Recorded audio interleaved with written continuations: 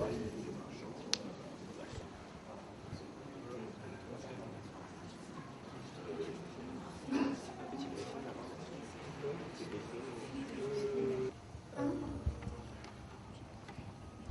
speak French or English? Français, oui. Français? Tous les deux. Français. Oui, je peux. Il Mais est français. ma langue maternelle, c'est le français. Voilà. Alors, mais je peux faire anglais aussi, si vous voulez. Et donc, la leçon de votre séjour au Madagascar? Premièrement, je suis très heureux de venir à Madagascar. J'ai voyagé dans une centaine de pays autour du monde, mais jamais à Madagascar. Alors, c'est un événement pour moi. J'ai beaucoup entendu parler de Madagascar, bien sûr, depuis mon enfance, je dois dire. J'ai aussi côtoyé pas mal de gens qui étaient venus à Madagascar, qui avaient vécu à Madagascar, enseigné comme Dr Jean Jurcher, avec qui j'étais très proche. Donc, vous voyez, Madagascar était très présent dans mon esprit depuis très longtemps. Plus, évidemment, je rencontre des Malgaches partout où je voyage, en particulier en France, en Suisse et aux États-Unis.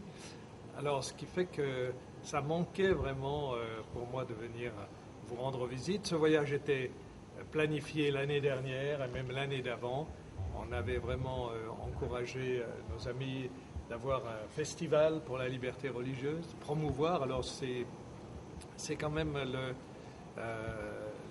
le but de mon voyage, c'est de promouvoir, de parler de la liberté religieuse, de la promouvoir, et puis d'encourager tous ceux qui croient en la liberté, les croyants et non-croyants, de tenir ferme pour pas qu'un jour nous la perdions, parce que c'est une liberté qui est menacée dans beaucoup de pays à travers le monde. Et ça fait 20 années que je voyage autour du monde pour promouvoir et défendre la liberté religieuse. Je dois dire que ces dernières 2 ou 3 années ont été parmi les pires que nous avons connues.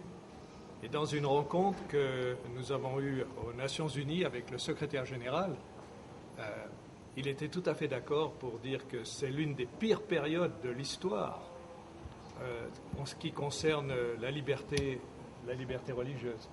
Donc, je pense qu'il faut être conscient de cela. Ici, vous êtes un peu à l'écart. Vous avez cette liberté. Ce n'est pas quelque chose que vous avez besoin, mais simplement, il faut savoir que dans beaucoup de pays, dans beaucoup d'endroits dans le monde, c'est un gros problème. Et que, vous savez, la liberté religieuse, c'est la base de toutes les libertés. C'est-à-dire que si vous n'avez pas la liberté religieuse, vous n'avez pas la liberté d'association, vous n'avez pas la liberté d'expression, vous perdez énormément de droits. C'est pour ça que c'est aussi un test. Quand on attaque cette liberté, ça veut dire que les autres libertés vont être perdues également. C'est pourquoi c'est si important, et comme vous le savez, elle fait aussi partie des droits de l'homme. C'est l'article 18 de la Déclaration universelle des droits de l'homme. Donc en défendant la liberté religieuse, on défend les droits de l'homme, on défend l'esprit des Nations Unies. Et ça, c'est aussi très important aujourd'hui dans un monde où toutes ces valeurs sont en train d'être bousculées, attaquées et même changées.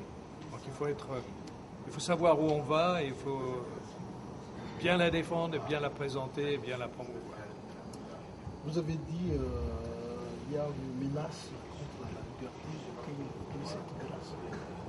Mais quand vous voyagez à travers le monde, vous apercevez que déjà il y a un certain nombre de régions et de pays, à peu près 40 pays dans le monde où cette liberté n'existe pas. Vous avez aujourd'hui le pire qu'on ait vu depuis très longtemps, c'est-à-dire qu'on tue les gens qui n'ont pas la même religion que soi. On les exécute, on leur donne le choix de se convertir ou on les exécute. Ça arrive aujourd'hui. On a aujourd'hui des milliers de femmes qui n'ont pas la religion convenable selon certains et qui sont réduites à l'esclavage, qui sont vendues, qui deviennent des objets sexuels que l'on vend. C'est-à-dire que ça, on ne le connaissait pas il y a 20 ou 30 ans. Il y a 40 ans, par exemple, quand j'ai commencé vraiment à travailler pour la liberté religieuse et à m'y intéresser, le monde était divisé en deux. C'était le bloc communiste et le bloc capitaliste ou démocrate, etc. Mais dans le bloc communiste, on n'a jamais vu des exécutions simplement parce que les gens ne voulaient pas changer de religion ou les gens voulaient garder la religion. Il y avait une répression, il y avait une oppression, c'est clair, sur les religieux, mais ça variait. Par exemple, les dernières années du bloc soviétique, c'était déjà, il y avait énormément de progrès dans ce domaine-là. Mais on a cru à la chute du mur de Berlin, on a tous pensé que maintenant, ça y est, le monde était parti, que maintenant chaque pays, les uns après les autres, allait enfin connaître cette liberté où les minorités ne seraient plus persécutées parce que simplement elles n'ont pas la même religion que la majorité ou même pas la même religion ou la même idéologie. On a cru. Ben, vous voyez, ce n'est pas le cas. On a vu cette liberté dans certains pays que j'ai visités régresser au lieu de progresser. Je pense que je ne vais pas citer le nom de pays, mais sachez qu'à peu près 40 pays, dans 40, 50 pays, il n'y a pas de liberté religieuse.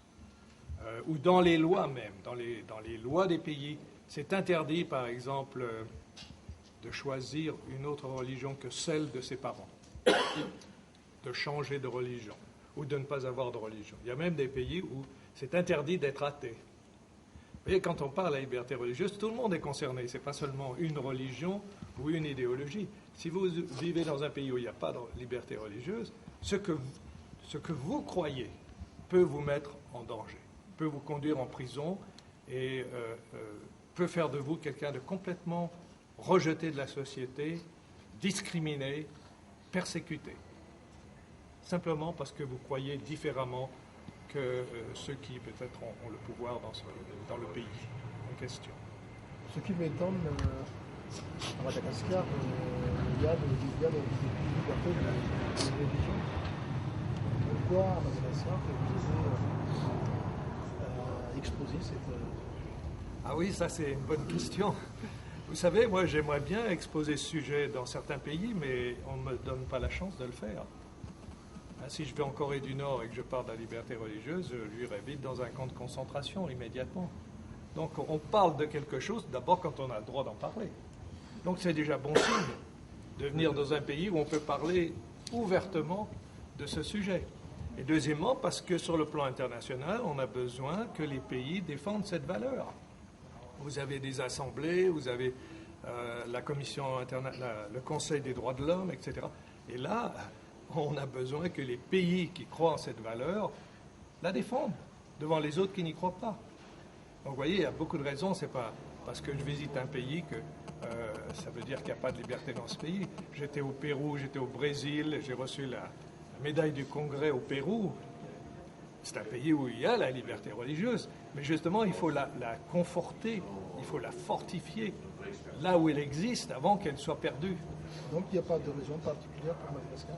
Non, il n'y a pas de raison particulière, sinon que c'est un des pays où il y a, dans la Constitution, d'ailleurs la Constitution de Madagascar, c'est très clair, et je dirais que aussi longtemps que Madagascar est fidèle à sa Constitution, pour cette liberté, article 2, article 6, et avec une très clairement expliquée dans la Constitution, la neutralité, en tous les cas la séparation à l'origine et la neutralité de l'État par rapport aux religions, c'est-à-dire que l'État n'interfère pas dans les religions et vice-versa. C'est très bien indiqué, et je pense que ça c'est quelque chose de très sain.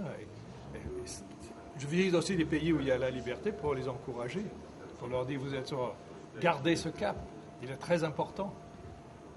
Le Brésil, par exemple, dans beaucoup de pays d'Amérique du Sud, il y a cette liberté, mais on est très fort, on a développé beaucoup d'activités, justement pour dire attention, c'est très important, il ne faut pas la perdre. Le meilleur moyen de ne pas la perdre, c'est d'expliquer pourquoi c'est important. Quels seront donc vos programmes pour la visite à Madagascar? Le programme, j'ai reçu le programme, je l'ai lu dans l'avion. Il y aura une conférence vendredi sur le thème de la liberté religieuse et un grand festival pour justement souligner ce bienfait et dire c'est quelque chose qu'on aime, la liberté religieuse. Alors tous ceux qui participent à cela le diront. Et puis c'est quelque chose qu'on veut garder. On veut le garder pour tous. pas seulement pour une catégorie de personnes ou une religion, pour tous. Vous voyez, c'est ça. Je crois que c'est vous qui êtes en charge voilà, du donc programme. le programme, donc, le vendredi soir, il y aura une conférence à l'hôtel Carlton. Et lui, il va tenir cette conférence concernant justement l'histoire de la liberté religieuse et comment ça va se passer au XXIe siècle. Donc c'est par rapport à cela. Donc on invite tout le monde à être présent.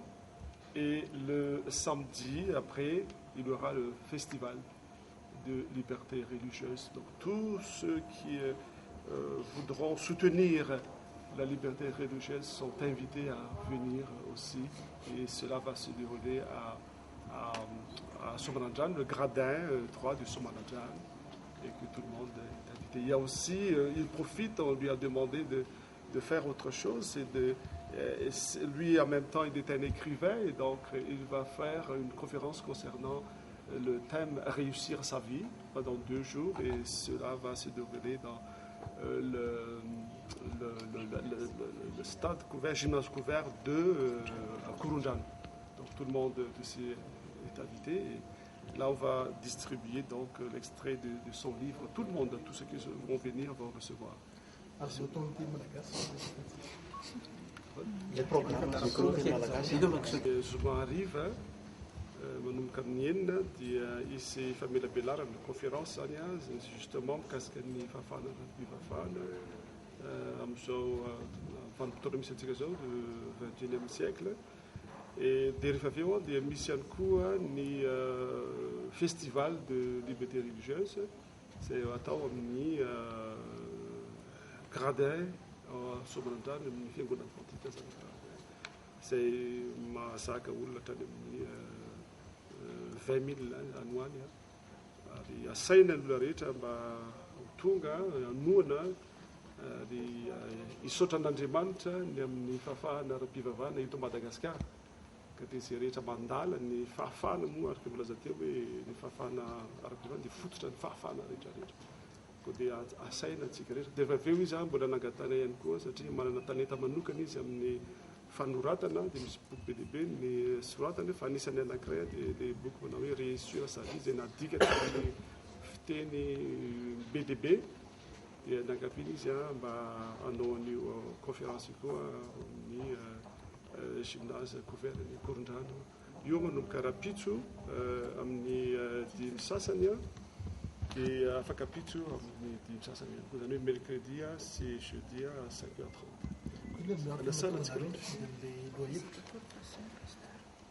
Tsy dia misy zavatra manokana fa anisan'ny spécialité ny resaka réussir sa vie boky soratana ilay izy dia tian'olona be amin'ilay zay amin'ilay ny antony ny fidianana zay hoe karakara vozateo hoe zay zany ny andraikitra ny manao voyage izy maneran-tany dia mba nasaina izy ho tonga aty ihany koa dia anamaforona zany zavatra efa iainantsika eto Madagasikara. Izany tsy ny fiangonana adventiste aty zay fa izy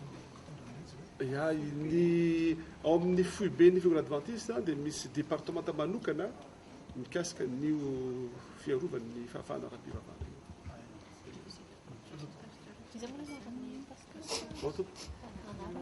Pasteur Jasmin Erneri.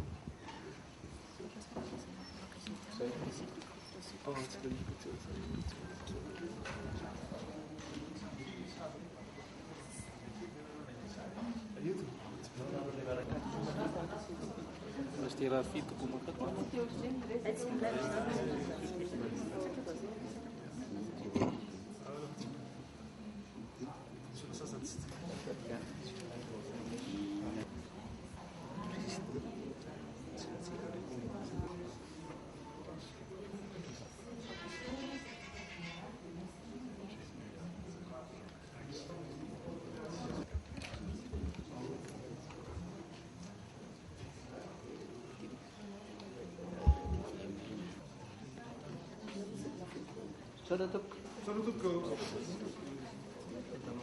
De la Fédération Madagascar, c'est l'ambassadeur du trésorier. Le responsable gestion chrétienne de la vie de l'Union, le pasteur John. Ça, c'est mon grand ami Roberto Irisoli. Vous avez attendu longtemps à Maurice? Non, pas trop.